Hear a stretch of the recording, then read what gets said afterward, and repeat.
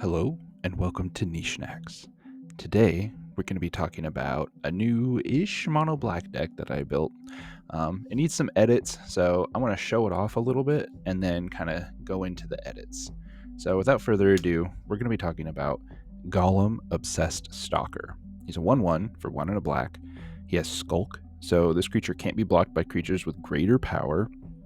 And at the beginning of your end step, each opponent dealt combat damage this game by a creature named Gollum Obsessed Stalker loses life equal to the amount of life that you gain this turn. So this deck is going to be it's going to kind of look like an aggro deck in the beginning couple turns of the game because, our game plan is to slam 2 lands and play Gollum on turn 2 and then just start turning him sideways and cranking him in. But we only have to deal combat damage 1 time to our opponent with Gollum. So we really only need to get in once for each player. And once we do that, we can kind of sit back and not be as aggressive and try to be the, I'm the slow mid-range control player. Oh, don't worry about me. And then all of a sudden we're going to gain a shitload of life and everybody's going to die. So let's go over some of the deck. First, we got all of our ways to gain life. Archon of Cruelty, it only gains us 3 life. It's also really expensive. So he's a 6/6 for 6 and 2 black, so 8 mana with flying. And whenever he enters or attacks, target opponent sacrifices a creature or planeswalker, discards a card, and loses 3 life. And we're going to draw a card and gain 3 life. So we're going to gain 3 life off of it, but it's kind of 8 mana. It's more of just a 6/6 flying beater. That's kind of gains us some guard advantage and gains us a little bit of life. Midnight Snack is going to give us a reason to keep attacking with Gollum. It's an enchantment for 2 and a black, and it has Raid. So at the beginning of your end step, if you attacked with a creature this turn, you create a food token. So it's going to give us food tokens to use to sack to gain life later in the game. It also has a second ability for 2 and a black. You can sacrifice this enchantment, and target opponent loses X life, where X is the amount of life you've gained this turn. So it only hits one person for a shitload of life. Well, preferably a shitload of life, but realistically it might be 3 to 6, something like that. But that little bit can kind of get you over the hump. Crypt Incursion, it's an instant for 2 and a black, and you exile all creature cards from target player's graveyard, and you gain 3 life for each card exiled this way. I haven't ever actually cast this card, but it seems like it'd be a really good end game finisher when the graveyard's full and we've got Gollum out and we're like, sure, exile all the creatures out of your graveyard. How many did you have? 15? Cool. Everybody loses 45 life. So stuff like that, ways to just kind of sporadically bam, I'm gonna gain a shitload of life, and oh, Gollum's still on the table. Oh, did you take damage from Gollum this game? Spagootios. And then we've also got some creatures with lifelink. So Eradicator Valkyrie is a 4/3 for 2 and 2 black with flying, lifelink, and hexproof from planeswalkers. And it has a boast ability, so you can pay 2 and a black and sacrifice a creature, and each opponent sacrifices a creature or planeswalker. And boast is an ability you can only activate if the creature has attacked this turn. Notably, you can do it before combat damage, so before your opponent declares blockers or something like that, you can swing in with the Eradicator Valkyrie, pay the 2, sack a creature, and then make each opponent sacrifice a creature before blocks are declared. So if they only have 1 blocker or something like that, it's a way to get through with the Eradicator Valkyrie. Next, we've got Vampire Nighthawk. It's a 2/3 for 1 and 2 black. It has flying, death touch, and lifelink. If we need to gain some life with it for Gollum to kind of push us through, we can attack with it. It's pretty unlikely that anybody's going to block it. Or what it's better at is staying back as a blocker. So you can kind of sit back with this, flying and death touch, and most people aren't going to swing into you. Next, we've got Tavash, Gloom Summoner. He's a 4/4 for 4 and a black. He has lifelink, and at the beginning of your end step, if you gain life this turn, you may pay X life, where X is the amount of life you gained this turn. And if you do, you make an XX black demon creature token with flying. So on turns that we gain a shitload of life and we don't really need it, so say we gain 60 life in a turn and we were already at 60, do you really need to be at 120 life? Probably not. So we can spend that mana and make a huge fatty that flies. So extra hard for everybody to block. Then we've got a Pontiff of Blight, 2/7, 4 and 2 black. It's got Extort, so whenever you cast a spell, you can pay a hybrid white-black, and if you do, each opponent loses 1 life, and you gain that much life. So if you have 3 opponents, they're each going to lose 1 life, and then you're going to gain 3. And then it gives other creatures you control Extort. So if you have 3 creatures in play, and you play 1 spell, you can extort it 3 times, because you can only extort once per creature. So this gives you a way to, incidentally sit back and gain life by casting spells. Even if that spell doesn't gain you life, this will let it gain you life. And it's another way for us to gain life without attacking, which is extra good. Oh, also, really quick too, I've had some newer players ask me this question before, and they get kind of confused about hybrid mana and how it works with Commander and stuff. So this extort cost can be paid with a hybrid white-black, and this is a mono black deck. So typically, if you see like a hybrid mana symbol in there, it's also, those both colors. So people sometimes confuse Pontiff of Blight and think that its color identity is also white, but it's not. And the reason for that is because the white mana symbol is inside of a reminder text, and reminder text is not technically part of the card. Next, we've got Veto, Thorn of the Dusk Rose. It's a 1/3 for 1 and a black. And whenever you gain life, target opponent loses that much life. It's only 1 person, but the more important part is you can pay 3 and 2 black, and creatures you control gain lifelink until end of turn. So if we've got a bunch of creatures out that don't have lifelink already, Veto can give them lifelink, and it can be a pretty big swing. Then we've got Nighthawk Scavenger. It's got flying, death touch, and lifelink, just like, just like Vampire Nighthawk, but his power is equal to 1 plus the number of card types among cards in your opponent's graveyards. So he's kind of like a small Tarmogoyf, or, sort of Tarmogoyf-ish in his power, but he's also got flying, death touch, and lifelink, and he can have a lot more power than regular Vampire Nighthawk. So Nighthawk Scavenger, a little bit better, same mana cost. We've also got Grey Merchant of Asphodel. It wouldn't be a mono-black life gain deck without Gary. When Grey Merchant of Asphodel enters the battlefield, each opponent loses X life, where X is your devotion to black, and you gain life equal to the life lost this way. Gary wins games. End of story. We got Corrupt. It's 5 and a black sorcery, and it deals damage equal to the number of swamps you control to target creature or player, and you gain life equal to the damage dealt this way. So we've got a shitload of swamps. We're going to deal a bunch of damage to something, and then we're going to gain a bunch of that life back. Notably, we can deal it directly to a player too, so we can damage a player directly, gain a bunch of life, and then have them lose that much life again on our end step with Gollum. We've got Adventurer's Journal. It costs 5 mana. It's an artifact. It gives you no maximum hand size, and at the beginning of your upkeep, you gain 1 life for each card in your hand. So again, just passive life gain. Whip of Erebos. It's a legendary enchantment artifact for 2 and 2 black. Creatures you control have lifelink. And then we can also pay 2 and 2 black and tap it and return target creature card from our graveyard to the battlefield. It gains haste, and then you exile it at the beginning of the next end step. If it would leave the battlefield, exile it instead of putting it anywhere else. Activate this ability anytime you could cast a sorcery. So we can only do this on our turn, which is fine. That's fine. Demon's Horn. It's an artifact for 2 colorless, and whenever a player casts a black spell, you may gain 1 life. It's a May trigger, so you can forget it on accident. But for the most part, this is going to be triggering on our turn. So after we've hit with Gollum, we want to play the Demon's Horn and then just passively gain life as we cast spells and do other things to try to advance our board state. The Meat Hook Massacre. It's X and 2 black. It's a legendary enchantment. And when the Meat Hook Massacre enters the battlefield, each creature gets -X till end of turn. So it's a sweeper. And then whenever a creature we control dies, each opponent will lose a life. And whenever a creature an opponent controls dies, we'll gain a life. So again, a way to gain life, large amounts of life in 1 turn, potentially if our opponents have, a whole board full of 1/1s or something like that. We can gain a bunch of life and then either recast Gollum because he died to the Meat Hook Massacre, or somehow give him evasion. No, that would have to be it. We'd have to recast the Gollum. So yeah, it's an enchantment. It'll sit out on the battlefield, and it'll just passively gain us life when our opponent's creatures die. Next up, we've got a Tendrils of Agony. I've never actually cast this spell in a game either, so I'm not sure how good it is, but it seemed like it'd be pretty cool. It's a sorcery for 2 and 2 black, and it says target player loses 2 life, and you gain 2 life, which isn't very great, except that Storm. So when you play this spell, you copy it for each other spell played before this turn, and you may choose new targets for the copy. So it's only target player, which kind of sucks. But, later in the game, hopefully we have a lot of mana. Maybe we've drawn some extra cards and we can cast, 2-3 spells in a turn before we cast Tendrils of Agony. And then that person's going to lose 6 to 8 life and we're going to gain 6 to 8 life.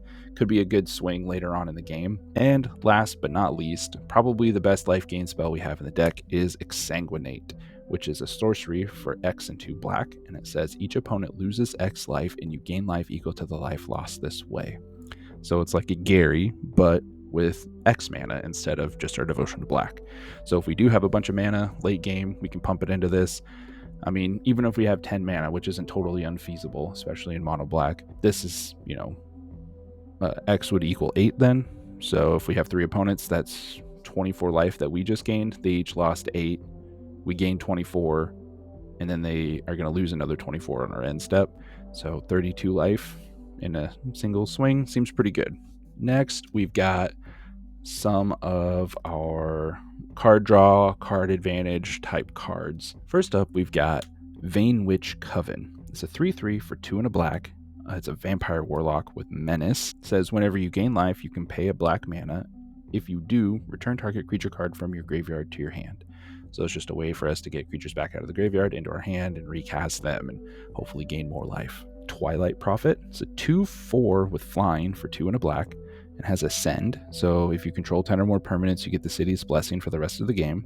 And at the beginning of your upkeep, if you have the City's Blessing, you reveal the top card of your library and put it into your hand. Each opponent loses X life, and you gain X life, where X is the card's mana value.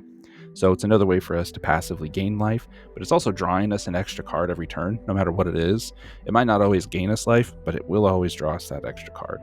Then we've got Phyrexian Arena. It's an enchantment for 1 and 2 black, and at the beginning of your upkeep, you draw a card and you lose a life. So again, extra card draw. Cards are good, especially in non-blue decks. Any way to draw cards is beneficial. Most of the black ways are going to lose you life anyway, as you'll soon find out. Next, we've got Erebos, God of the Dead.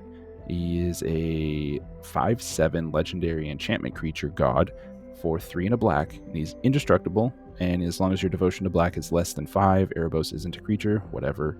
Your opponents can't gain life, which is hilarious. And then you can also pay 1 and a black and 2 life to draw a card. So mana and life to draw cards. Pretty good theme here. We've got Greed. It's an enchantment for 3 and a black. You can pay 1 black mana and 2 life to draw a card. Then we've got Tevish Zot, Doom of Fools. It's a planeswalker for 4 and a black. He starts with 4 loyalty. His +2, super great. Love it. Tevish Zot's one of my favorite planeswalkers. He's so good. He starts at 4. He +2s to make 2/0/1 black Thrall creature tokens. So he pluses to put out bodies to protect himself, which is awesome. He also has another plus ability. It's a +1. You can sacrifice another creature or planeswalker, and if you do, you draw 2 cards, and then you draw another card if the sacrificed permanent was a commander. So if we have Gollum sitting around not doing anything and maybe we need an extra couple cards, we can sack him off to Tevish Zot and draw 3 cards. If not, we can make Thralls and then sacrifice those Thralls to draw cards. And then his -10 is the best part. Gain control of all commanders. Put all commanders from the command zone into the battlefield under your control. So he just yoinks everybody's commander. It's really good. If you've never done it, I highly suggest trying to play Tevish Zot and get that -10 because it feels great. And lastly, we have Promise of Power. It's a sorcery for 2 and 3 black, and you can choose one of the following options. You either draw 5 cards and you lose 5 life, or you put a black demon creature token with flying into play with power and toughness each equal to the number of cards in your hand as the token comes into play. So it's a static power and toughness equal to the number of cards in your hand at that moment when you cast Promise of Power. Now it also has an entwine cost for an extra 4 mana. So for 6 and 3 black, we can choose both. And because of the way that magic works, and the way that Promise of Power is written, is you have to do everything it says in the order that it says it, right? So we do the first effect first, which will be draw 5 cards and lose 5 life. And then we're going to make the demon that has power and toughness equal to the number of cards in our hand. So we're going to draw those 5 cards before we make the demon.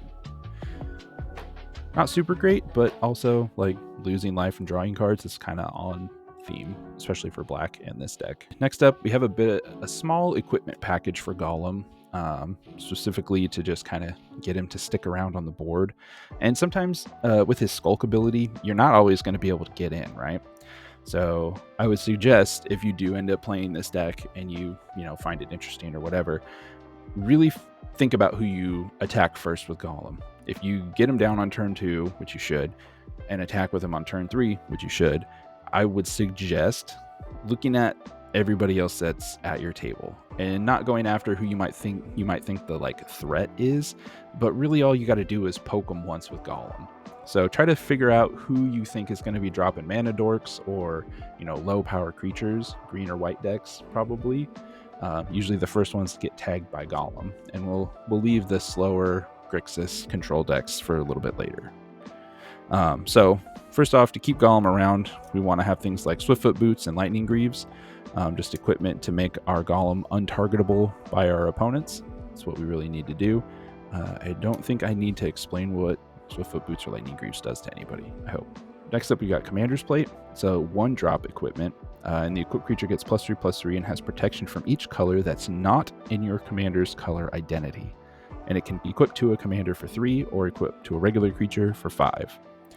Our commander is mono black, so this Commander's Plate is going to give anything that it's equipped to protection from white, blue, red, green, which is pretty great. So that's most of the stuff in Magic. And then we have Thieves' Tools. It's an equipment for 1 and a black, and when it enters, you make a treasure token, and then the equipped creature can't be blocked as long as its power is 3 or less. So it's a way for us to get in with Gollum in case somebody does get down a dork on turn 1 or 2 and we can't get in and hit them. Thieves' Tools will make Gollum unblockable, so we can hit him for sure. We've got a Basilisk Collar, which will give our equipped creature Death Touch and Lifelink, in case we don't have a creature with Lifelink or we want to give something Death Touch. It's also good to slap on Gollum, makes him a lot more unenticing to block. And also leaves him up as a good blocker. If somebody wants to attack in to us, then they know that we definitely have a creature with Death Touch that can block their creature. And then we've got Sword of Light and Shadow. It's the only Sword of in the deck. It gives the equipped creature +2/+2 and protection from white and black. So if we have Commander's Plate and Sword of Light and Shadow on our Gollum, or any creature for that matter, it'll have protection from all colors, which is pretty awesome. And then whenever the equipped creature deals combat damage to a player, you gain 3 life, which is the main reason why it's in the deck, and you can return up to 1 target creature from your graveyard to your hand. So it reanimates and gains us a little bit of life. Everything we really want to be doing.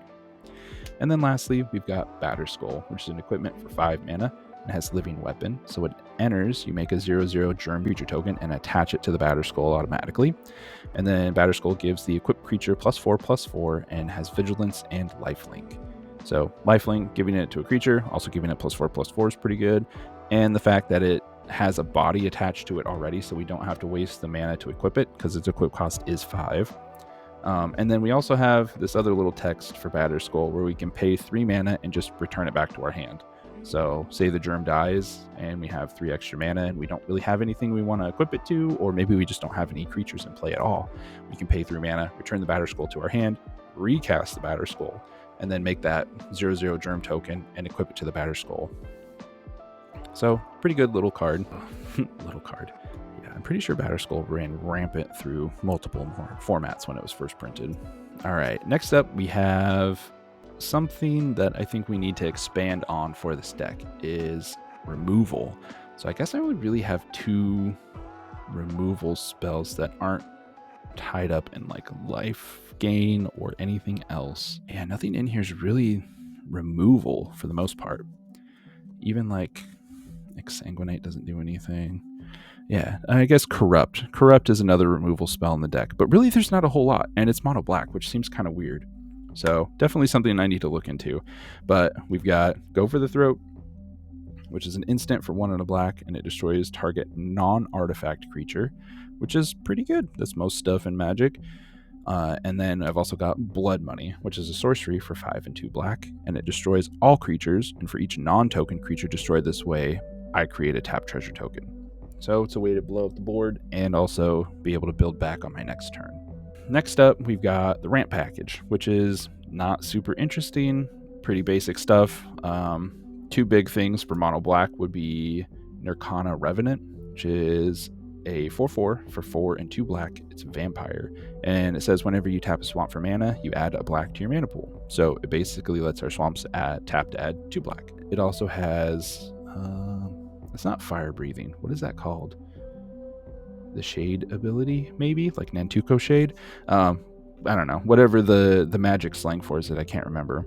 But you can pay a black and it gets +1/+1 till end of turn. So it's a 4/4 that you can make fucking huge. Next up, we also have Cryptghast, which is pretty similar to Nakata Revenant. It's a 2/2 for 3 and a black, and it has Extort. So kind of like what we were talking about with the Pontiff of Blight. Whenever you cast a spell, you can pay a hybrid white-black, and if you do, each opponent loses 1 life and you gain that much life. And then again, the reason why this is allowed in a mono black deck is because this hybrid white-black mana symbol is in the reminder text. And then the more important part of the card says whenever you tap a swamp for mana, you add a black to your mana pool, in addition to the mana that the land produces. So same thing as the Nakata Revenant, it lets our swamps tap for an extra mana. Sword of the Animist. It's another equipment, gives the equipped creature, or it costs 2, and it gives the equipped creature +1/+1, and whenever the equipped creature attacks, you can search your library for a basic land card, put it on the battlefield tapped, and then shuffle. So lets us mana ramp every time we swing in with our Gollum that hopefully can't be blocked, or whatever stupid creature we've slapped this onto. And other than that, I feel like everything's pretty normal. I do have a Pristine Talisman in here, so I can tap it for a colorless and gain a life. And then the rest, Expedition Map, Soul Ring. There's a Jet Medallion and a Charcoal Diamond because it's a mono black deck. Mind Stone is good. I can tap and sack it to draw a card later on. Burnished Heart sacks to get us 2 basics, and then Commander Sphere, kind of like the Mind Stone, if we don't need it late game, we can sack it to draw a card. And the Expedition Map, specifically, we can pay 2, tap it, sack it, and then search our library for a land and reveal it and put it into our hand and shuffle the library. So with mono black, a lot of times what that means is either, an Urborg Tomb of Yawgmoth or a Cabal Coffers or something like that. And I don't believe I have either of those in this deck. Really, the only thing I'm going to grab with that map is probably going to be Cabal Stronghold, which is like a cheaper version of, oh god, what's it called? I just said it.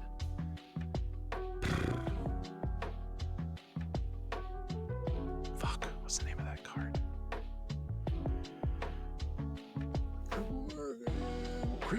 Something, fuck, shit, fuck. Oh my god. All right, Magic, with your stupid names and your dumb shit. Can't believe I just said it and I can't remember.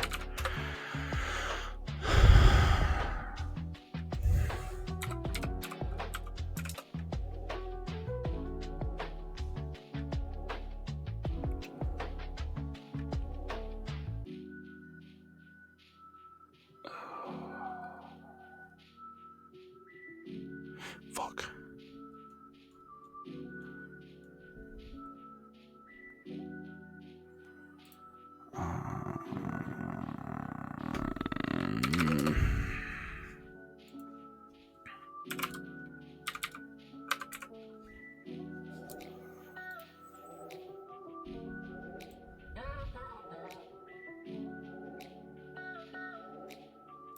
Oh my god. Come on, brain. Nope. You son of a bitch. How is it not even in here? Fuck you. Cabal Coffers. There we go. Fuck my ass. Jesus Christ. Okay. So it's like a cheaper Cabal Coffers. You can pay 3 and tap it instead of 2 to add a black for each basic swamp you control instead of just each swamp you control like Cabal Coffers is. So it's a little more expensive to activate, and it only counts basic lands that are swamps, which kind of sucks.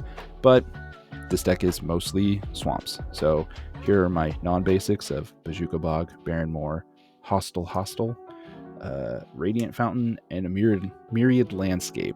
I've got 2 MDFCs with Black Bloom Rogue and Malakar Rebirth, both of them pretty decent cards in and of themselves. Also pretty niche, but the backsides are lands that come into play tapped, and the rest are all swamps. So that means we need at least 5 swamps in play to get Cabal Stronghold to be net positive in mana, because it can tap for a mana on its own, and then we have to pay 3 into it and tap it. So we got to have at least 4 swamps to make that tap ability make 4 mana, which is the amount of mana that we have to spend into it essentially. So we need 5 swamps to make it go positive, which is kind of a lot. in all honesty, like 5 swamps in a mono black deck doesn't happen super often, especially if you're not running a lot of stuff that'll go get you basics, which I guess I do have only one card that does that with Sword of the Animist. I know there's a new artifact that just came out, a new equipment that does essentially the same thing as Sword of the Animist, and I gotta look into that too. So that's mainly the deck. Those are the parts that we want to keep. And here is our pile of stuff that I kind of want to get rid of and replace. And let's go over everything. I'll kind of explain why. First up, we've got Dark Ritual and Cabal Ritual. Both rituals, both one-shot sources of mana. They don't really do much for us. In the early game, we can maybe fire off a turn 1 Gollum with a Dark Ritual. Pretty unlikely. Cabal Ritual can get us a Gollum on turn 2, but we can already play Gollum on turn 2 because he's only 2 mana. Not a huge benefit. There's only, one X spell in the deck? So having a little extra mana for an X spell doesn't do much. The only thing I can really see these being super useful for is Tendrils of Agony. I think Tendrils of Agony benefits from having a Dark Ritual and a Cabal Ritual in the deck, but that's it. So why waste 2 card slots to make 1 card better in the deck, especially when that 1 card's not your commander, right? So they don't really advance our game plan or do much for us other than add mana in 1 turn, and this isn't CDH, so we're not built off of, firing off our combo in the early game and winning. So, right. Next, we've got Night Dealings, which is an enchantment for 2 and 2 black. And it says, whenever a source you control deals damage to another player, put that many theft counters on Night Dealings. Which is actually pretty cool. I didn't realize it was just deals damage and not combat damage. But again, we're not dealing damage out of combat typically. We're more about making people lose life and then us gain life. So there's that. And then you can also pay 2 and 2 black and remove X theft counters from Night Dealings and search your library for a non-land card with converted mana cost X, reveal it, put it to your hand, shuffle your library. It's a pretty cool card. It's really slow to get online and get those counters on there. So we're not really a counter proliferate type deck at all either. So the only way we have to get those counters is by swinging in. Gollum's just at 1/1, so we're only going to be putting 1 counter on it from him. It's not a whole lot. And then we have to pay 4 mana and remove the counters and then search our library for something that's exactly X. So we have to know what we're going for. And that might not be a problem for you guys, but I have ADD and I don't remember things very well. So this card, not super good for me. That's why I'm taking it out. Next, we've got Vorpal Sword. It's a 1-drop equipment, one black mana equipment. It gives the equipped creature +2/+0 and has Death Touch, which is pretty cool. And then it also has ability to turn the equipped creature into Phage, essentially.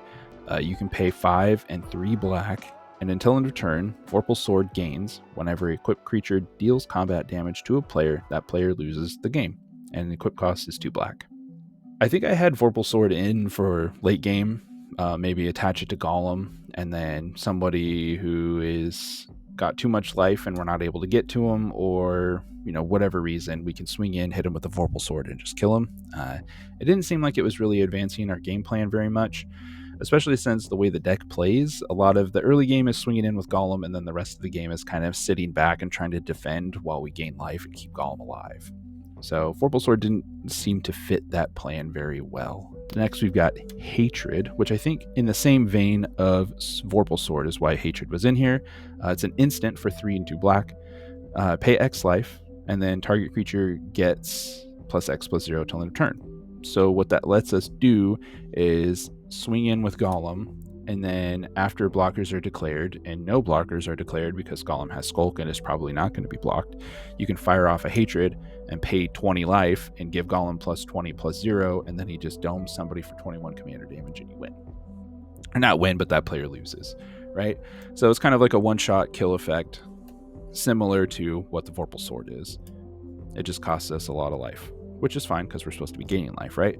But it just feels like a gotcha, and I don't like that type of effect of swinging in with Gollum and somebody being like, oh, well, I guess it's only 1, I'll just take it, and you're like, actually, it's 21 and you lose. Feels bad. Don't really like that kind of an effect. We've also got Grim Hireling. Also, kind of in the same vein of being based around that Gollum is likely not going to get blocked. But Gollum actually has shit in his way a lot more than I kind of thought he would at the beginning of building this deck. So it's another reason why I'm taking out Grim Hireling, is Gollum doesn't always get in. And it's kind of hard sometimes to find a spot to attack somebody and get the treasure tokens off Grim Hireling. So I should probably say what he does. He's a 3/2 for 3 and a black, and whenever one or more creatures you control deals combat damage to a player, you make 2 treasure tokens. You can pay a black and sack X treasure tokens, and target creature gets -X/-X till end of turn, activate only as a sorcery. So we can use our treasure tokens as removal, and then also build up treasure tokens off of swinging in and connecting with Gollum, which, like I was saying before, doesn't really happen that often. And he's also, Grim Hireling is 4 mana, and a 4 mana slot is just, I don't know, it's just got to do more than what it does. It does nothing by itself. We've also got a Rapacious Guest. It's a 2/2 for 2 and a black. It has Menace, and then whenever one or more creatures you control deal combat damage to a player, you make a food token. Kind of the same vein as all the other ones, based on getting in with Gollum. This Rapacious Guest also has Menace, so it's more likely to hit too. And then you can sacrifice, or whenever you sacrifice a food, you put a +1/+1 counter on Rapacious Guest, and then when Rapacious Guest leaves the battlefield, target opponent loses life equal to its power. Not huge on that. We're not a huge food deck. There's some things that make foods, but not a whole lot. This makes foods on its own, but only when you connect with a creature, and like I was kind of saying earlier, it doesn't happen as much as you would think with Skulk and a 1-power creature. Not super good, doesn't really advance our game board too much, just gives us a couple extra food, which isn't honestly that great. Next up, we've got Bake into a Pie, which is a removal spell, and I know we were talking about not having very many removal spells earlier, but this one is not super great for us. It's 2 and 2 black. It's an instant, destroy target creature, make a food token. 4 mana is just a lot, especially for that effect. We're not based around foods. If we used foods for more things than just gaining life, Bake into a Pie could be a lot better. But right now, we just want the foods to gain life, and for 4 mana, it's not enough. Next, we've got Scrapping Crawler. It's an artifact creature for 3. It's a 3/2 for 3 mana. And at the beginning of your upkeep, each player draws a card, and then whenever an opponent draws a card, that player loses 1 life. I originally put this in here because it draws us a card on our upkeep, but it also draws all of our opponents a card, which is like us drawing 1 card and then our opponent drawing 3 cards, because we have 3 opponents that each drew a card, and those are all bad things for us necessarily. I don't like giving my opponents things. We're not a hug deck. It also makes them lose a life every time they draw a card, so it can punish them for drawing more cards, but it's only 1 life per card. We're not doubling up on this effect any other way. So it's just not a big enough deterrent to stop our opponents from drawing 5 or 6 cards in a turn, especially when you start at 40 life, right? Next up, we've got Rankle, Master of Pranks. He's a 3/3 with flying and haste for 2 and 2 black. It's a fairy rogue. And whenever Rankle, Master of Pranks, deals combat damage to a player, you choose any of the following 3 options. We can make each player discard a card, including us. Each player loses 1 life and draws a card, including us. And then each player sacrifices a creature. This deck doesn't have a ton of creatures, so that last effect isn't super great for us. A lot of times we're going to be sitting there with Gollum and Rankle in play, and that's it. And I don't really want to get rid of either of those, so that last effect isn't super helpful. Again, each player discards a card. That's great. We have no problem discarding a card. We'll be all right. And then each player loses a life and draws a card.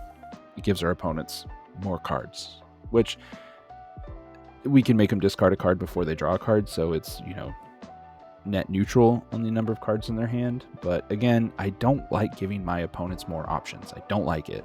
There's no reason. They get to choose the card that they discard, so they can discard their worst card and then draw whatever. Who knows, right? So Rankle, I think I'm just taking it out because I don't like the card very much. It doesn't get us where we want to go. It doesn't gain us life. It barely draws us a card, right? Next up, we've got Gifted Aetherborn. It's a 2/3 for 2 black mana and has Death Touch and Lifelink. Is just not worth a slot, I think. So it has Death Touch and Lifelink. That's cool. It gains us life. It's a really good blocker. It's a deterrent from people attacking us because we can kill whatever big stupid thing they send our way. Even if it has trample, they can trample over, sure, but we're still going to kill it, and we're still going to gain some life. that part seems cool. It's just for Commander, we want our spells to be more impactful than that, I think. In early game, we're not playing this on turn 2. We're playing Gollum on turn 2. This is coming down turn 3 at the earliest, right? And in turn 3, 2/3, Death Touch, Lifelink, Ground Pounder, if we're not building into like tribal type stuff, like we're not building a vampire deck, so this isn't going to get any other bonuses. This is just going to be a 2/3 beater with Death Touch and Lifelink. We might be able to slap an equipment or two on it maybe later in the game, but for the most part, it's a 2-drop creature that doesn't do a whole lot. Next, we've got Grave Endeavor, which is an instant for 5 and 2 black. You roll 2d10s and you choose one result. You return a creature card from your graveyard to the battlefield with a number of +1/+1 counters on it equal to that result, the one that you chose. And the one that you didn't choose, each opponent is going to lose X life and you gain X life, where X is the other result. So we get to choose, we get to roll 2 dice. The reason I took this out, it costs 7 mana, which is quite a bit. As we were talking a little bit earlier with the Cabal Stronghold, like getting out 5 swamps is not super feasible. Like we don't have a whole lot that searches out basic lands or anything like that, so we're not ramping in that way. 7 mana is just a lot. And for this effect, reanimating a creature out of our graveyard, and it is from our graveyard, we can't reanimate our opponent's huge fatty and then put more 1/1 counters on it. So it's coming out of our graveyard, and our creature quality isn't super great because most of it is about gaining life. I think the biggest creature we have in there is that Archon that's like a 6/6. Is it Archon of Cruelty? The 6/6 with flying. That's probably our biggest creature that we're going to be reanimating with a Grave Endeavor, which isn't like, I mean, yeah, that's cool, but there's only one creature that's that big, and the rest are all fairly small duders. And then the other part of gaining X life and everybody losing X life, that's cool too. Again, Magical Christmas Land is we hit 2 10s on 2d10s, which is 1 in 100. So probably not going to happen very often. And you know, ceiling, or that's, you know, the ceiling is 2 10s, and the floor is 2 1s, which sucks pretty bad too.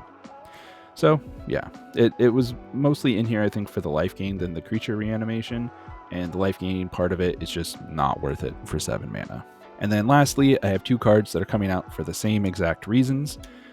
Sanguine Bond and Defiant Bloodlord both trigger off of when we gain life, and it makes target opponent lose that much life. There's not a lot of consistent life gain, right?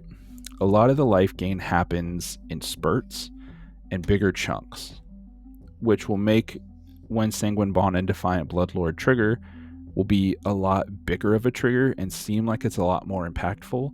But the fact of the matter is a lot of times these sit out here and we don't gain life for 3 or 4 turns and they don't do anything else. So if we're not gaining life, we just spent 5 mana on an enchantment that doesn't fucking do anything. Defiant Bloodlord at least is a 4/5 flyer, so he can swing in, but he also costs 7 mana. And 7 mana for a 4/5 flyer is, I mean, it's, I was going to say it's like alpha beta type shit. Because, I mean, yeah, Sarah Avenger was a 4/4 flyer for 5 mana. It's barely worse than this, and that costs fucking 7. 2 more mana for 1 more butt. Not worth it. Not a good card for us in this deck. So these are the cards that I want to take out for sure. And then these are the cards that are kind of on the chopping block. First up, we've got Terramorphic Expanse and Evolving Wilds. The reason why I took these out, or I'm considering taking them out, we have 36 lands with these 2 in. Our curve is pretty low, so I don't mind actually going down to 34. It seems kind of weird taking lands out of your deck, but I think these are actually right. And then as far as like searching or tutoring our deck to get lands, we're not mana fixing or color fixing because we're mono black, so everything we're going to get is going to get black mana. And we're not like putting things on top of our library. We're not looking at the top cards of our library and like shuffling them to change the top card of our library or anything like that. So these don't really have a use. These are basically just swamps that come into play tapped. And I mean, if you want to say deck thinning, you can do that, I guess, but I don't think that's a real reason to keep them in. And I think I've just convinced myself to officially cut those. Next up, we've got Sangromancer. It's a 3/3 for 2 and 2 black and has flying. And whenever a creature an opponent controls dies, we can gain 3 life. And whenever an opponent discards a card, we can gain 3 life. Both of those seem pretty cool, but one, we're not running any discard stuff at all. So that part's never going to trigger unless an opponent cycles a card on our turn, which why would they do that? And 2, whenever a creature an opponent controls dies, you can gain 3 life. We don't have a whole lot of removal. We're not really focused on that too much. So Sangromancer on its surface looks pretty cool, but with the way the deck's built, it doesn't actually trigger that often. So I think it's going to get a cut. Essence Pulse is a sorcery for 3 and a black, and you can gain 2 life, and then each creature gets -X/-X till end of turn, where X is the amount of life you gain this turn. Which, again, it's kind of on its surface, seems like it's probably a pretty good card, and it is. It gains us 2 life, which is cool. It's going to kill our Gollum, which kind of sucks, and then we're going to have to recast it, but that's fine. It gives each creature -X/-X till end of turn, where X is the amount of life you gain this turn. Whoa. Kind of what we were talking about earlier, we don't gain life consistently, right? We're not gaining 2-3 life a turn. It's usually we're going to gain no life for 3 or 4 turns and then gain 10 life in 1 turn. So we either have to sit on this Essence Pulse until we gain that big amount of life and then fire it off to kill the board, or it just kind of sits in our hand and looks like a -2/-2 to the whole board, which isn't that much. It's not going to kill very much, except for mostly our stuff and our commander. So for that reason, I'm going to get rid of it. We're going to take it out. And next up is the 3-card combo of the Book of Vile Darkness, Eye of Vecna, and Hand of Vecna. The Eye of Vecna is a legendary artifact for 2 mana, and whenever Eye of Vecna enters the battlefield, you draw a card and you lose 2 life. And at the beginning of your upkeep, you can pay 2 mana, and if you do, you draw a card and you lose 2 life. Pretty on par with the rest of the way we're drawing cards. The Hand of Vecna is 3 mana for an equipment. At the beginning of combat on your turn, the equipped creature or a creature you control named Vecna gets +X/+X till end of turn, where X is the number of cards in your hand. So just makes our creature bigger, and then the equip cost is you can either pay 1 life for each card in your hand or 2 mana. Pretty good equip cost. The Book of Vile Darkness, it's an artifact that costs 3 black mana, and at the beginning of your end step, if you lost 2 or more life this turn, you can make a 2/2 black zombie creature token. And it also has the ability to tap and exile itself and artifacts you control named Eye of Vecna and Hand of Vecna. And then you create a Vecna, a legendary 8/8 black zombie god creature token with indestructible, and it gains all triggered abilities of the exiled cards. That's why Hand of Vecna is worded so weird. These are pretty gimmicky, which I like. Don't get me wrong. I like putting this kind of stuff and finding homes for this kind of stuff in my decks. It kind of gives them a little bit more character and a little more funsies. So like I'm kind of playing a little game with myself while also playing the game with everybody else of trying to get all these 3 cards in play and sacrifice them off to make a big Vecna creature token. Does it happen very often? No. Has it ever happened? No.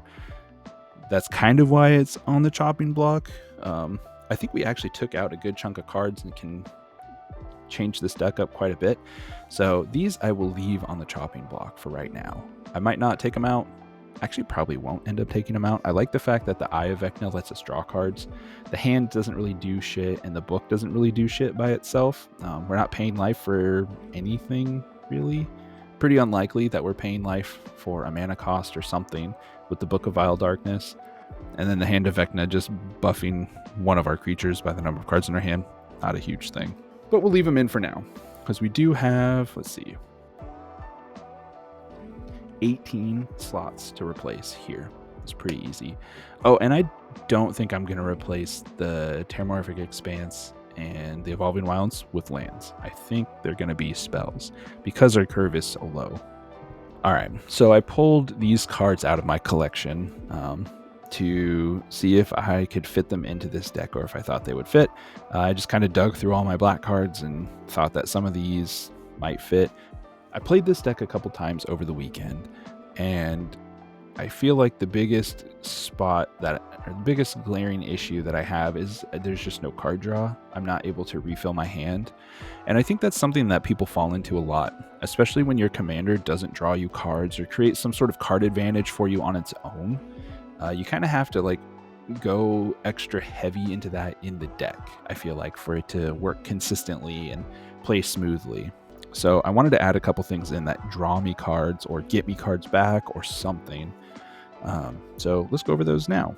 The first one I pulled out was a Borrow Goif, which is an X and a 1+X power and toughness for 2 and a black. It's a Lure Goif, Death Touch, and Lifelink, so it's good for us, Death Touch and Lifelink.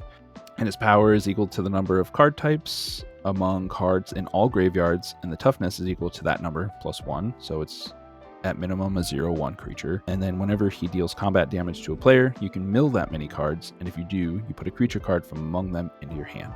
So we're going to be milling over cards and then getting creatures into our hand to replay more creatures. Pretty good that way. He's also got Death Touch and Lifelink. So late game, I don't remember what the max power is for these guys. It's either 9 or 10. Can't remember. Figure it out later. Post. It's right here. Look at right there. Right there. It says it right there. So yeah, he can hit for a good amount, gain us life, and get us cards back into our hand. Pretty good. It's not necessarily drawing them, but whatever, who gives a shit. We've got a Corpse Augur, which is a 4/2, and when it dies, we're going to draw cards, X cards, and lose X life, where X is the number of creature cards in target player's graveyard. Seems pretty good. I think the reason why we're not going to actually run Corpse Augur is the fact that we are not an Aristocrats deck, right? We're not sacking off creatures to activate abilities or cast spells or anything like that, typically. There might be 1 or 2 cards in the deck that do something like that, and Corpse Augur is a great target for those, but we shouldn't run Corpse Augur just for those. Then we kind of have to rely on our opponents to either throw something at us that the Corpse Augur can block and die, and they, are knowingly doing that, or we have to swing in with the Corpse Augur and hope that they block it. More times than not, our opponents would probably rather take 4 damage over giving us cards, and more times than not, if they're swinging in at us when we have a Corpse Augur, it's probably to kill us, and drawing those cards when he dies isn't going to help. So really, with Corpse Augur, we want to control when he goes to the graveyard and not let our opponents control that at all. So for that reason, I think he's going to not make it into the deck. We've got a Disciple of Bolas. Jesus Christ, no, stop. Disciple of Bolas. It's 2/1 for 3 and a black, and when it enters the battlefield, you sacrifice another creature, and then you gain X life and draw X cards where X is that creature's power. So it can, 1, gain us a bunch of life in a turn, and 2, draw us more cards. Pretty good for what we want. So we have to have another creature in play for him to sacrifice to gain life and draw cards, but I kind of want to add more creatures into the deck anyway, so that part will help. And kind of in the same vein, we've got Fell Stinger, 3/2 for 2 and a black, and has Death Touch and Exploit. And when it exploits a creature, target player draws 2 cards and loses 2 life. So again, having creatures to exploit with it, we're going to be adding more creatures in, I think. So I think that's a pretty good, solid card to put in. We've also got a Siphon Mind, which is a sorcery for 3 and a black, and it says each other player discards a card, and you draw a card for each card discarded this way. So having more opponents means we get to draw more cards. More than likely, this is going to be a 4-mana draw 3, which is pretty solid. It's a black Harmonize, which is great. These 4 are all kind of the same thing. So we've got Bitter Revelation, which is a sorcery for 3 and a black, and you look at the top 4 cards of your library, you put 2 to your hand, the rest to the graveyard, and you lose 2 life. So it's a draw 2, lose 2 type scenario. We've got Blood Pact, which is 2 and a black. It's an instant. Target player draws 2 cards and loses 2 life. We've got Sign in Blood. It's 2 black mana, sorcery. Target player draws 2 cards and loses 2 life. Then last, we've got Risky Shortcut, which is 2 and a black, sorcery, draw 2 cards, and then each player loses 2 life. So you can kind of see the theme of drawing 2 cards and losing 2 life. All of that pretty common for black draw. Next up, we're going to talk about a little bit extra removal. As you saw when we went through the deck already, there's just not a lot of removal in there, so I wanted to add a little bit more in. For sweepers, I was kind of thinking about adding in Final Act. It's a sorcery for 4 and 2 black, and you can choose 1 or more of the following modes. Destroy all creatures, destroy all planeswalkers, destroy all battles, whatever, exile all graveyards, and then each opponent loses all counters. I'm not 100% sure why we would want our opponents to lose all counters The only counters I can think of that get put on players are poison counters, and I don't know why we would want our opponents to lose those. But if I'm missing something, let me know. Put it in the comments, I guess. But it's mostly in there. It's a controllable sweeper, so we can destroy all planeswalkers if our opponent's, going nuts on walkers, and we've just got a couple creatures in play. We can blow up all the creatures, all the battles. Who gives a shit? Exiling all graveyards is pretty relevant. We don't play with our graveyard too much, even in the mono black deck. So getting rid of all of our opponent's graveyards, not a bad option. We've also got Deadly Tempest. It's a sorcery for 4 and 2 black. It destroys all creatures, and then each player loses life equal to the number of creatures they controlled that were destroyed this way. We don't have a ton of creatures. We will only really have like 3, maybe 4 creatures in play at a time. We don't make a lot of tokens or anything like that. So this is a way to deal a bunch of extra damage to somebody who's gone nuts on token generation, something like that, and just to clear the board. And then we've got Feed the Swarm, which is a sorcery for 1 and a black, and destroys target creature or enchantment an opponent controls, and you lose life equal to that permanent's mana value. The biggest reason why this is in here is it hits enchantments. There's very, very, very few things in black that can destroy enchantments and artifacts. This one is one of them. So that's why I think it deserves an inclusion in the deck in case there's a problem enchantment we need to take care of. And if there isn't, we can still hit a creature with it. And then we've got a Shriekmaw, which is a 2/3 for 4 and a black with fear. And when it comes into play, it destroys target non-artifact, non-black creature. So it's a terror. Or we can evoke it for 1 and a black. So it really becomes a terror. It's creature removal on a body. It's great. I love Shriekmaw. I've been playing it since Lorwyn. We've also got a Tragic Slip. It's an instant for 1 and a black, and it gives target creature -1/-1 till end of turn. And it has Morbid, so that creature gets -13 until end of turn instead if a creature died this turn. So if another creature died this turn, we can blop a big creature and give it -13. I was also thinking about adding a couple other ways to gain life in the deck. I know there's already some decent ones, but something like Titan Hunter seemed pretty cool. It's a 4/5 for 4 and a black, and it says at the beginning of each player's end step, if no creatures died this turn, Titan Hunter deals 4 damage to that player. And then you can pay 1 and a black to sacrifice a creature, and you gain 4 life. So that way, we always have a way to sacrifice a creature if we need to avoid the 4 damage. It also gains us 4 life when we sacrifice that creature, so we can deal extra damage with Gollum if he's already connected. And then we've also got Arya, First of Lochthwain. It's 2 and 3 for 3 black mana. And when it or another black creature enters the battlefield under your control, each opponent loses 1 life and you gain 1 life, which is pretty cool. It's not super great. We're not making a buttload of tokens, but it's some incidental life gain slowly over the course of the game. And we can also tap Arya and sack another black creature to draw a card. So like I said before, we're not making a bunch of creatures, right? So we're not always going to have stuff to sack to Arya or stuff that we want to sack off to Arya, but we can use Arya to, if somebody's trying to target removal one of our things, we can tap Arya and sack it and draw a card instead of it getting removed from whatever stupid spell our opponents are doing. So it's also a little bit of incidental card draw if we got it. I've also pulled out a Varagoth Bloodsky Sire. It's 2/3 for 2 and a black. Has Death Touch and Boast, and his Boast ability costs 1 and a black. And it says target player searches their library for a card, then shuffles their library, puts that card on top of it. And you can activate this ability only if this creature has attacked this turn and only once each turn. So once a turn, we can swing in with Varagoth, who has Death Touch, so probably not going to get blocked unless somebody is really tired of us searching our library. But then we basically get a Demonic Tutor on a creature. Pretty cool. We've got a Professor Onyx, which is a planeswalker comes in with 5 loyalty. She costs 4 and 2 black and has Magecraft, a static Magecraft ability. So whenever you cast or copy an instant or sorcery spell, each opponent loses 2 life and you gain 2 life. So some passive life gain. And her +1 is we're going to lose a life, look at the top 3 cards of our library, put 1 into our hand and the rest into our graveyard. So some card draw, card selection, which is good. -3, each opponent sacrifices a creature with the greatest power among creatures that player controls. So some creature removal, and it's only our opponents, so we don't have to sacrifice anything, which is nice. And then the -8 is each opponent may discard a card, and if they don't, they lose 3 life. Repeat this process 6 more times. So they need to discard 7 cards to avoid losing any life at all. And at maximum, this is going to make our opponents lose 21 life if they don't discard any cards. Not super great.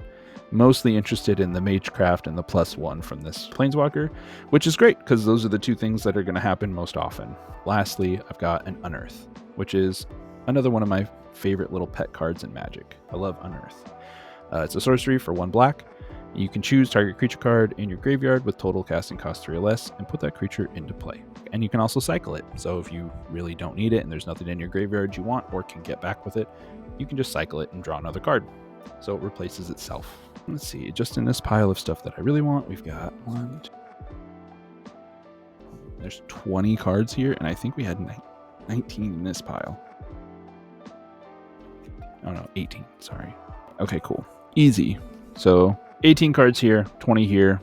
We can cut these maybes, I think, is probably fine. I think I am going to keep in the book and the hand and the eye just to see if Vecna ever hits play, which means we need to cut 2 cards out of here. First place I'm going to look is Titan Hunter. I'm not super sold on. Felsinger and Disciple Bolus, I think, are the 2 that I'm also not super sold on. Final Act I want to keep. Yeah. So all the card draw, we're going to keep all that. Yeah. Okay, so these are the ones that I'm really looking at right now. So we need to cut 2 cards, and I think we're only going to keep one of these 3 cards. I think for sure the Titan Hunter is going to get cut. Unfortunately, I think it's a cool card. This just maybe isn't quite the right deck for it. Maybe if we make some sort of black aristocrat-y deck in the future, Titan Hunter will make a reappearance. I think I'm going to play the Disciple Bolus over the Felstinger for 2 reasons. 1, it can potentially draw us more than 2 cards, whereas Felstinger only draws 2 cards.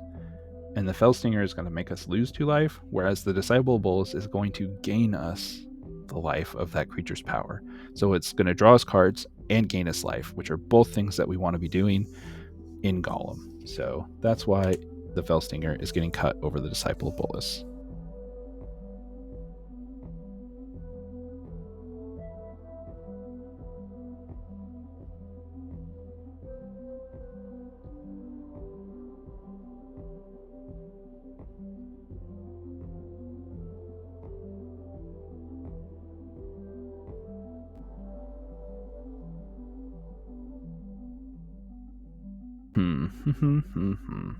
Wow. This hand fucking blows. Not great. We've only got 2 mana, which I'm not a super fan of. Got the Commander's Plate, which we could drop turn 1, Gollum turn 2, so we do have the 2 mana for that, and kind of cross our fingers and hope we draw another land or mana source in the next couple of turns after that.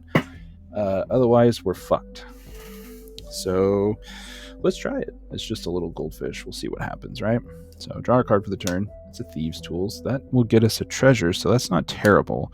I'm going to play a Swamp and a Commander's Plate. And it's just a goldfish, so we can keep risky hands. Fuck yeah, dude. We drew a Swamp. Hell yeah. We'll play our second Swamp. And then we're going to blop down a Gollum. Draw for our third turn.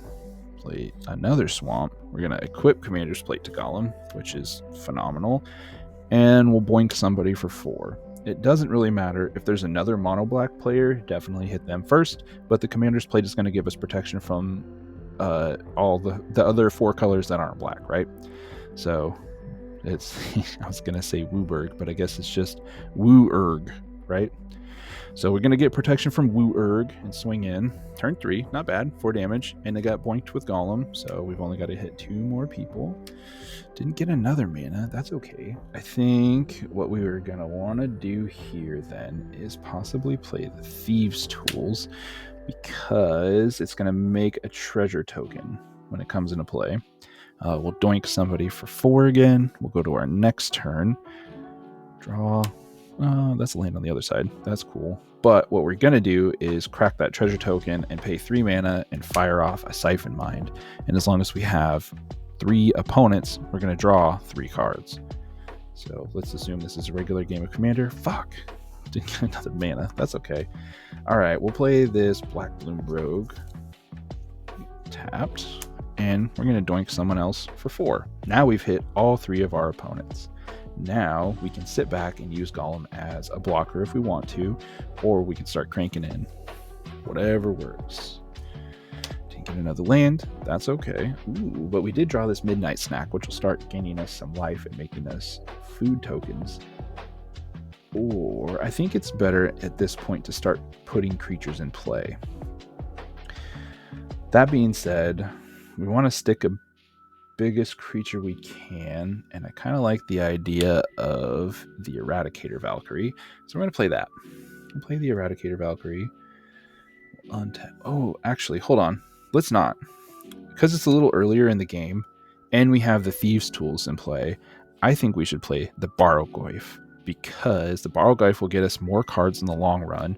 Its power and toughness might not be very big right now, but with the Thieves' Tools, that'll make it unblockable, so we can guaranteed swing in with it every fucking turn. And that's what I like about it. So we're going to play the Barrogoyf and pass. We're going to hold the Gollum up too, because we don't need to attack with it, and it doesn't gain us any life, so whatever. We don't really need to swing. Hey, look at that. We're going to play our land for the turn, which is a Radiant Fountain. When it enters, we gain 2 life. So on our end step, we're going to have a Gollum trigger. Then we're going to swing in with our Barrogoyf. Oh, actually, hold on. Just kidding. First, 2 mana to equip the Barrogoyf with Thieves' Tools to make him unblockable, hopefully, as long as he doesn't have... Our opponents don't have a bunch of cards in their graveyard, which it is turn 6. So likely they are going to have some. So we're going to swing in with the Barrogoyf. Hopefully he's unblockable with the Thieves' Tools. If he's not, we wouldn't equip them. But in this scenario, we're going to say that he is. And let's say there's 2 card types in graveyards. So we're going to mill 2 cards. 1, 2. We did actually mill a creature. So I'm going to put this Cryptghast in our hand, which is not a bad thing to do. And then for 3 mana, we're going to cast this Pristine Talisman. Oh, and the Barrogoyf also has lifelink. So it had 2 power, we said, so we're going to gain 2 life off of that. And then just to add a little more to it, we're going to tap this Pristine Talisman for a colorless mana that we can't use for anything, but it also gains us a life.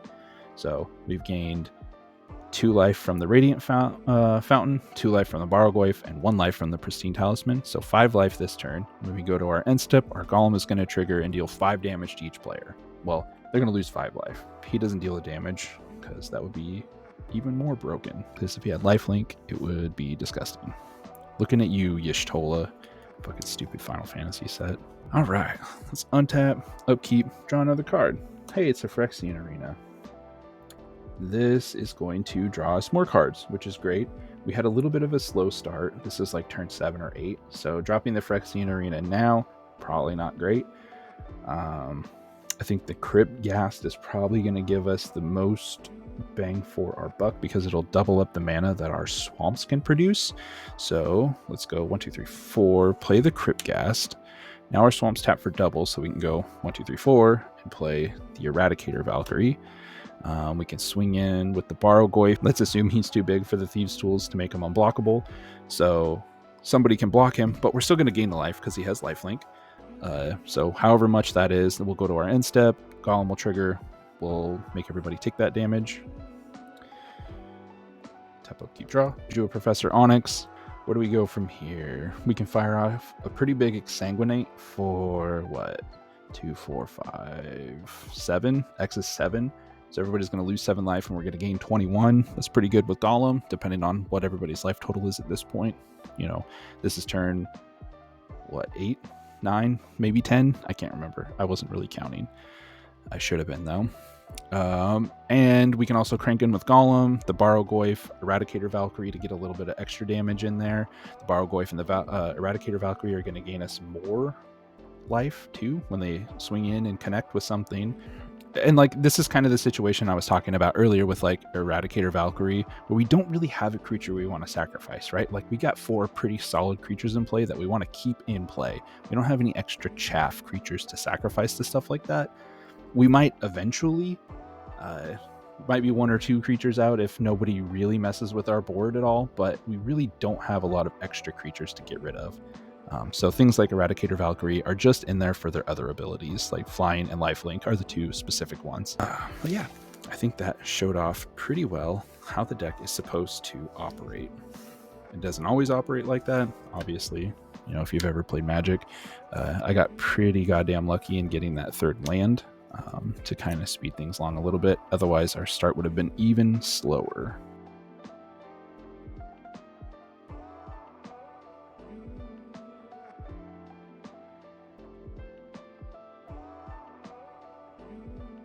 Three, 4, 5, 6. Oh god, 7. All right, I really don't think we can keep this one. I know the last one we kind of got lucky with some stuff, but we have 1 land, an Archon of Cruelty, which is 8 mana, a Corrupt, which is 6 mana, a Shriek Maw, Basilisk Collar. Yeah. We can't keep this. We just can't. For the sake of brevity, we're going to bottom those 7 and draw another 7. All right. We've got the 2 mana to cast Gollum. We have no ramp. We have 1 removal spell we can cast. The Meat Hook we can put down for 0, which is fine. If we get another mana, we can play the Nighthawk Scavenger. This is not a great hand. If I got this in a regular game, I would mulligan the shit out of it. But, yeah, you know what? Fuck it. Let's mulligan this. This is a bad hand. We're going to shove all this on the bottom and draw another 7. Try again. Let's see. Okay, we've got 3 mana. I'm going to bottom this Commander's Plate because we saw it in the last one, but that's a totally keepable hand. Totally would keep that. And if we're saying that's our second, yeah, that'll be our second mulligan, so we can bottom that 1 card, and we'll keep this. This is fine. Draw for the turn. Hey, it's another swamp. That's pretty cool. We're going to play this Myriad Landscape, tapped, pass the turn. Hey, another swamp. That's pretty cool. We're going to play our land for the turn, and then cast a Gollum. And draw for the 3rd turn. We are going to play our swamp for the turn, and swing in with the Gollum wherever we can. Preferably, again, hit the person who you think is most likely going to have little creatures put into play quickly, if they don't already. And for 3 mana, we're going to play this Vargoth Bloodsky Sire, because it can tutor for us when we attack with it. All right, we got a Deadly Tempest as our draw. This is turn 4, so we've only hit 1 person. We'll play our land for the turn. We're going to swing on another person and hopefully connect with Gollum, probably with Vargoth as well. And while we're swinging with Vargoth, we should also activate his Boast ability before damage is dealt, even. And it'll let us stack our next draw. So we have a land to play next turn, so we don't need to worry about that. We have the 3 black mana if we ever want to put down Book of Vile Darkness. With Book of Vile Darkness in our hand, we might be tempted to go grab another piece of that with the Vargoth trigger, which actually, let's do that. Let's grab the Eye of Vecna. And because Vargoth doesn't specify which type of card we have to grab, we just have to grab a card. We don't need to show anybody or tell anybody what we grabbed. This will go on top. Untap, upkeep, we'll draw this Eye of Vecna that we just grabbed. We'll play our land for the turn, which is a hostile. So now we've got to hit 1 more person. It says our 5th turn with the Gollum. Now we've nailed all 3 of our opponents, and we can leave the Vargoth back to block if we want. I don't really want to spend the mana to boast, so I don't really want to attack with him right now, but I do want to play this Fencer's Journal, which is you have no max hand size, and at the beginning of your upkeep you gain 1 life for each card in your hand, which is currently 4 right now. And we've nailed everybody with Gollum. Now we're going to untap, go to our 6th turn. We're going to gain 4 life, so we'll have a trigger at our end step with Gollum. So we gain life this turn. Hey, we drew a land. What I think we want to do is we're going to pay 3 mana to cast a Book of Vile Darkness, and we'll play this Eye of Vecna, which when it enters, you draw a card and you lose 2 life. And at the beginning of your upkeep, you can pay 2. And if you do, you draw a card and lose 2 life. So it's a way to consistently lose the 2 life that we need for the Book of Vile Darkness. Oh, and we just put in a bunch of other stuff that makes us lose 2 life and draw 2 cards as well. That's really good. I didn't even think about that part with the book. So yeah, we're going to lose 2 life and draw a card. And we've gained 4 life this turn too, so don't forget that part. We don't need to swing with anything because we've already poked all of our opponents. So I think what we do is we just end the turn. On our end step, we're going to have 2 triggers, the Book of Vile Darkness and Gollum. So we lost 2 or more life this turn, so the Book of Vile Darkness is going to trigger and make us a zombie, which I guess we'll just represent by this. And our Gollum is going to trigger. We gained 4 life this turn, even though we lost 2 life. Doesn't really matter. So everybody else is going to take 4 or lose 4 life as well. And then we'll untap. And at the beginning of our upkeep, we can pay 2 mana, and if we do, we draw a card and lose 2 life, which we are going to do that for sure. We're going to pay 2 mana. Actually, we're going to pay it this way, just in case we need the extra black, to lose 2 life and draw an additional card. This will trigger our book on our end step. Oh, sorry. Also, is that an upkeep trigger? That is an upkeep trigger. So we're going to stack our upkeep triggers with the Venser's Journal and the Eye of Vecna. So we're going to put the Venser's Journal trigger on the stack first, and then the Eye of Vecna. So the Eye of Vecna trigger is going to happen. We're going to lose 2 life, or we're going to pay our 2 mana, lose 2 life, and draw an additional card. And then with Venser's Journal, we're going to gain life equal to the number of cards in our hand, which is 4. So we're essentially going to gain 2 life and draw an additional card. And then we draw a card for our turn, which is an Exsanguinate, which is a pretty good card to draw. Play our land. Considering sacking the Myriad Landscape and keeping mana up for Go for the Throat, we don't really need to do much else other than this. Like, unless our board gets messed with, we can kind of sit back and let this happen. The other thing we could do potentially is swing in with the Vargoth and pay the boast cost and go search out a card and put it on top of our library. That's not a bad option either, and that still leaves us with 2 mana left up to use a Go for the Throat, which good stuff. I like that. So let's do that. Swing with Vargoth, and then we'll pay our 2 boast mana to go search out a card, put it on top of our library, which is going to be Hand of Vecna, but nobody has to know that. Shh, don't tell them. So we're going to grab a Hand of Vecna and put it on top of our library. On our upkeep, we're going to pay 2 mana into, oops, this is on top, into the Eye of Vecna, and we're going to stack our triggers the same as we did last turn, putting the Venser's trigger on the stack first, and then the Eye of Vecna. So we draw off the Eye first, and then gain the 4 life, and then draw for our turn. Which is a Promise of Power. That ain't bad either. Now we can pay the 2 mana, 3 mana for the Hand of Vecna. And then that has no ETB triggers. It is an equipment that we can slap on something, or we can crack this Book of Vile Darkness and exile it and these 2, and we're going to make a Vecna token, which I'm just going to represent by putting this Book of Vile Darkness in the stack of other cards right there. So that's pretty cool. I mean, I've never even done that in a Goldfish, let alone a real game. Go to our end step, Gollum will trigger, everybody loses 4. Cool. Yeah, and I mean, again, this is kind of the primo scenario we want to be in, right? Like, this is where the deck does its best by just drawing a couple extra cards, gaining a couple extra life. Yeah, this is where we want to be. I like this. It's come out pretty good. We can also Disciple of Bolas the Vecna, which is huge, right? Because he's an 8/8 plus the number of cards in our hand, which is 5, so it's a 13/13. So we can gain 13 life and draw 13 cards, which is pretty cool, and that'll help us build up to a bigger Exsanguinate the next turn, possibly. We can also sack off the Myriad Landscape to go get some more basics and put them into play, just to make the Exsanguinate bigger next turn.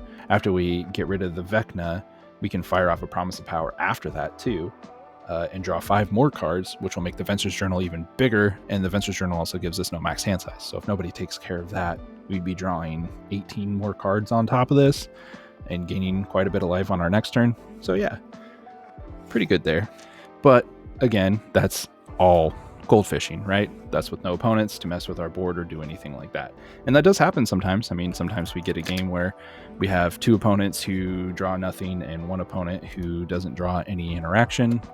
That happens. I've had plenty of games where we kind of all just sit there with our dick in our hand while somebody goes off because nobody drew any sort of interaction whatsoever for what they have on the board.